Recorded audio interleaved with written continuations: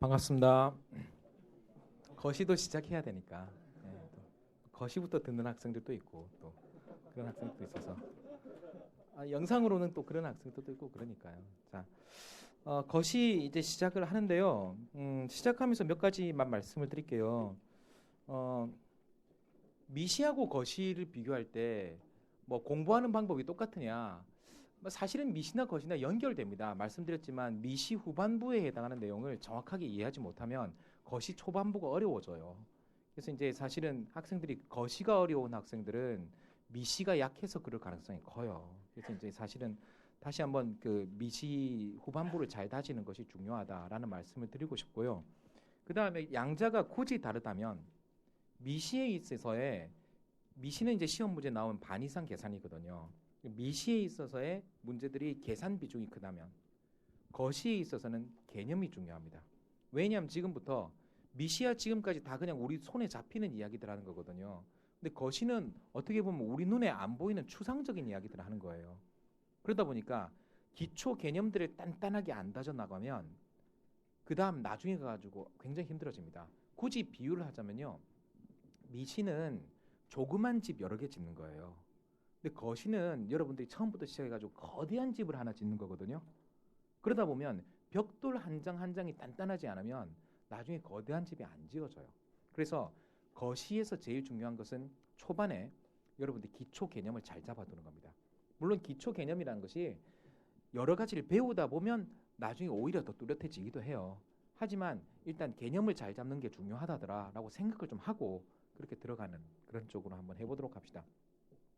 그 다음에 그 미시 때는 제가 뭐 특별히 말씀을 안 드렸는데요.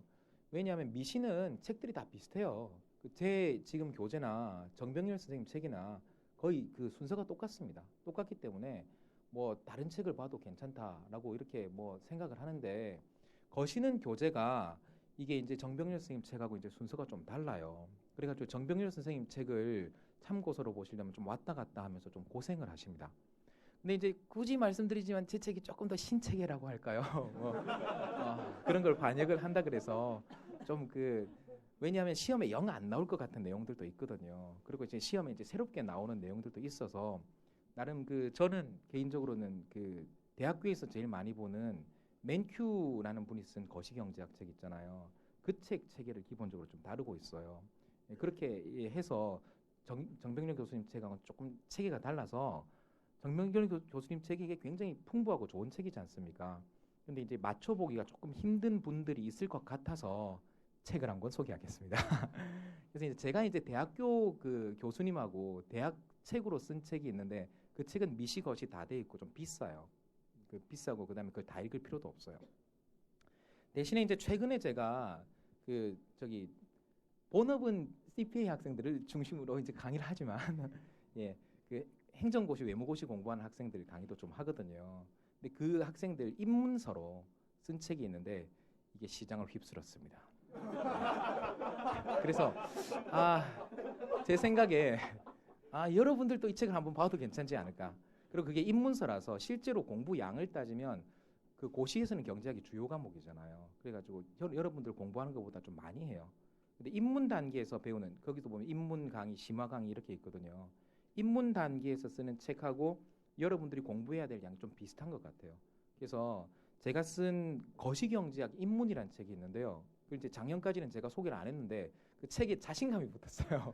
그래가지고 이게 좀 소개를 해도 괜찮을 것 같다 싶어가지고 인쇄비만 받습니다. 해서 450페이지인가 500페이지 가까이 되는데 아마 학원에서 12,000원에 팔 거예요. 진짜 인쇄비만 받는 거니까 혹시 필요하신 분 있으면 그 학원에 카운터에 신청을 해주세요. 왜냐하면 딱 그냥 비매품으로 나오는 책이라서 학원에 신청해 놓으면 그만큼만 제가 갖다 놓도록 할게요. 카운터에 신청하시면 내일 제가 갖다 놓도록 하겠습니다. 자, 거시경제학 들어갑시다.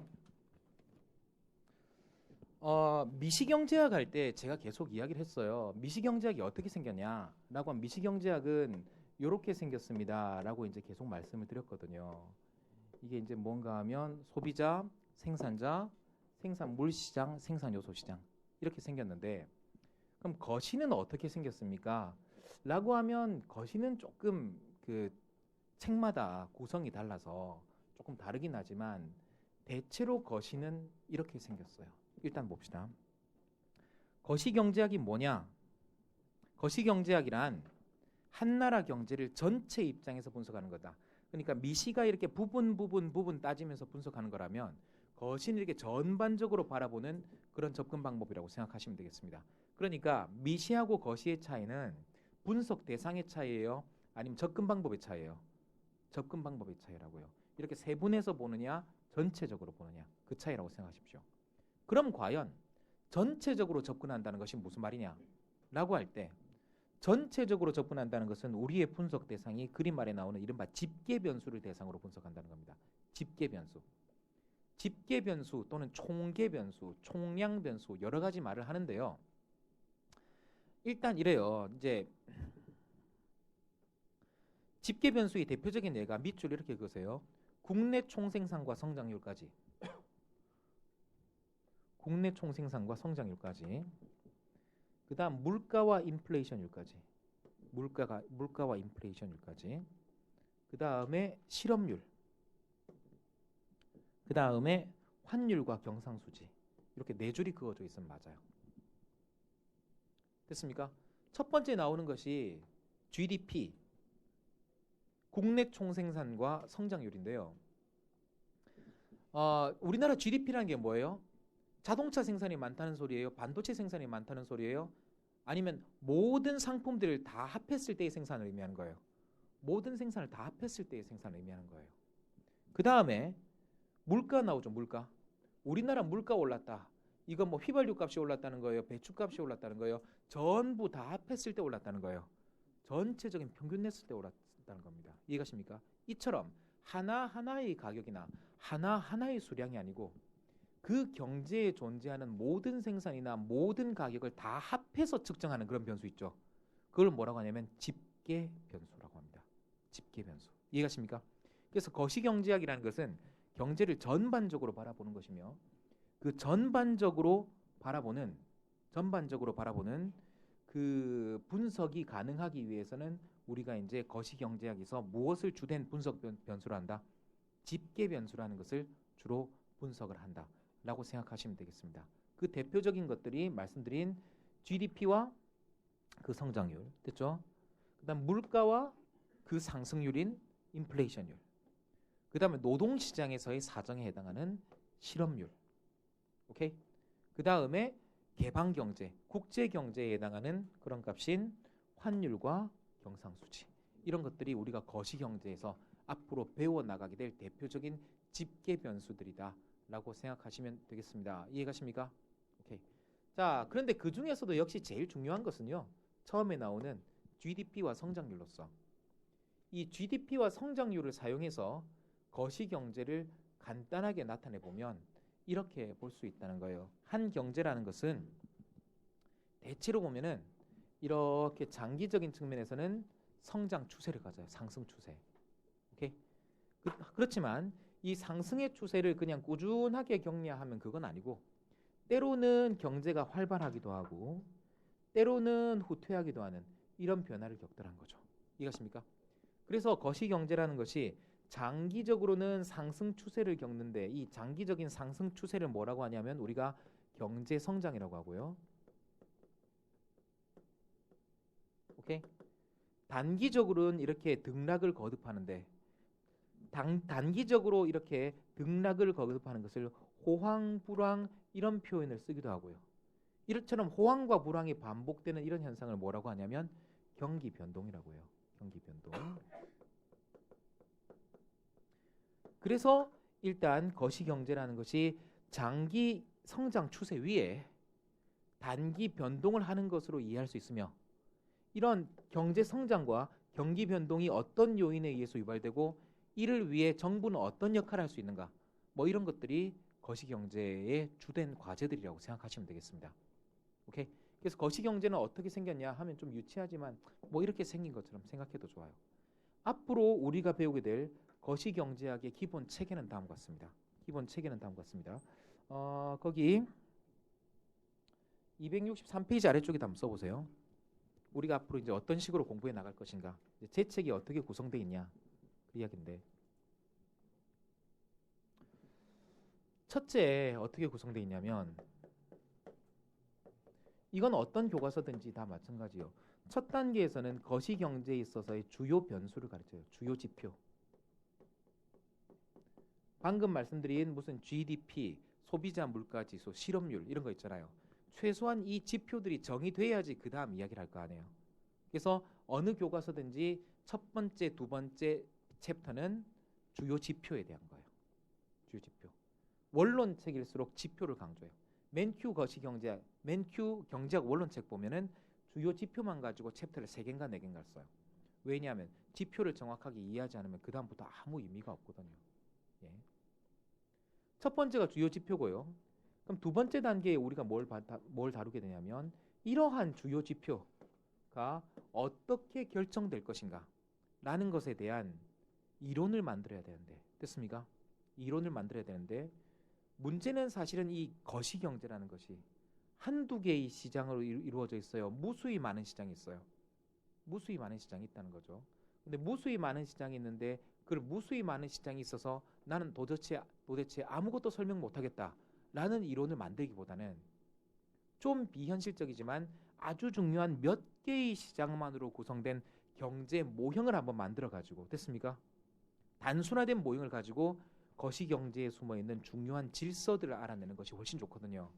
그래서 우리가 두 번째 단계에서 뭘 하게 되냐면 주요 시장을 정의합니다. 주요 시장. 거시경제학의 주요 시장을 정해요. 대체로 보면 거시경제학에서는 전체 시장이 재화시장, 화폐시장, 노동시장 이 세 가지로 이루어졌다고 봐요. 실제 거시경제는 증권시장도 있고 채권시장도 있고 뭐 많잖아요. 근데 그걸 단순화시켜가지고 재화시장, 화폐시장, 노동시장 이 세 개만으로 이루어진 모형 거시경제를 만듭니다. 됐습니까? 왜냐하면 그렇게 간단하게 만들어진 학습용 키트겠지만 그걸 가지고 우리가 중요한 직관을 얻어낼 수 있거든요.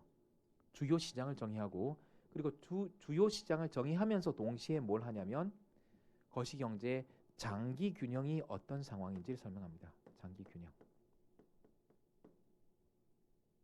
예, 주요 시장과 장기 균형을 설명합니다. 이게 이제 두 번째 단계입니다.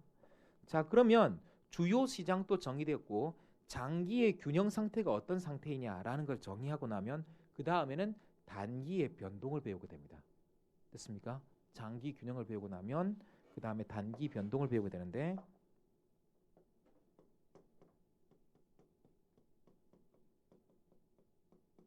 이 단기 변동에서 여러분들이 배우게 되는 모형이 그 대표적인 아마 뭐 한번 공부하신 분들도 있을 수 있는데 ISLM이니 ADAS니 그런 모형들이 여기 단기 변동에서 다뤄지게 됩니다. 단기 변동 ISLM, AD, AS 이런 모형들이 단기 변동에서 다뤄져요.